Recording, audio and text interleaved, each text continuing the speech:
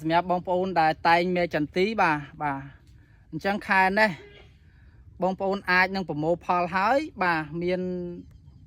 បងប្អូនកសិករមួយចំនួនបាទគឺចាប់ផ្ដើមតែងមេសាថ្មីអញ្ចឹងវិធីសាស្ត្រតែងមេខ្ញុំជឿជាក់ថាបងប្អូនកសិករយើងបាទដឹងសឹងទាំងអស់គ្នាហើយប៉ុន្តែការតែងមេដែលត្រឹមត្រូវការយក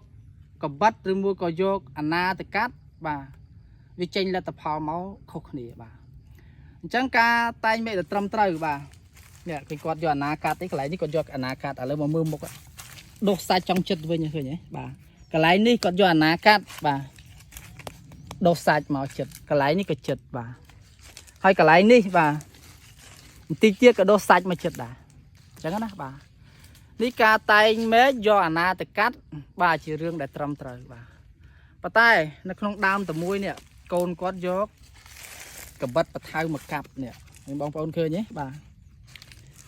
អញ្ចឹងវាធ្វើឲ្យចន្ទីយើងបាទវាដំបៅគឺវាមានបញ្ហាចឹងហើយកាលណាមានបញ្ហាបែបហ្នឹងហើយបងប្អូនណាមេរោគវាចូលតាមហ្នឹងបាទវាចូលតាមហ្នឹងហើយយើងប្រឹងដាក់តាជីអាក្រោមហើយនឹងបាញ់ថ្នាំជីថ្នាំពីលើដល់តែពេលអានេះវាមានរោគវាបញ្ជូនសារធាតុចិញ្ចឹមមកវាកាត់ខ្លងកាត់អាហ្នឹងវារោគអញ្ចឹងតំណាំរបស់យើងទទួលផលមកក៏កាត់បន្ថយបាទអញ្ចឹងបញ្ជាក់បងប្អូននៅកន្លែងនេះគាត់កាត់ដែរយកអាណាកាត់មកគឺវាដុសសាច់ចិត្តដុសសាច់ចិត្តអស់អញ្ចឹងបងប្អូនតែង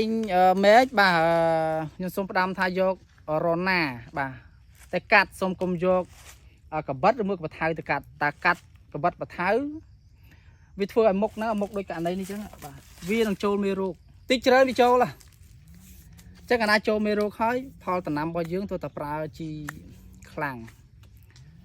បានទទួលផលដែរអញ្ចឹងកន្លែងចំណុចខ្លះបាទដែលបងប្អូនអត់សូវចាប់អារម្មណ៍បាទនេះខ្ញុំចែកម្លែកទៅបងប្អូនមួយចំនួនបាទដែលគាត់ប្រើបថៅឬមួយកបិតកាប់ទេបងប្អូនដែលមានជំនាញក្នុងការតែងមេឆាហ្នឹងក៏ធ្វើទៅតាមធម្មតាចឹងទៅបាទសូមអរគុណ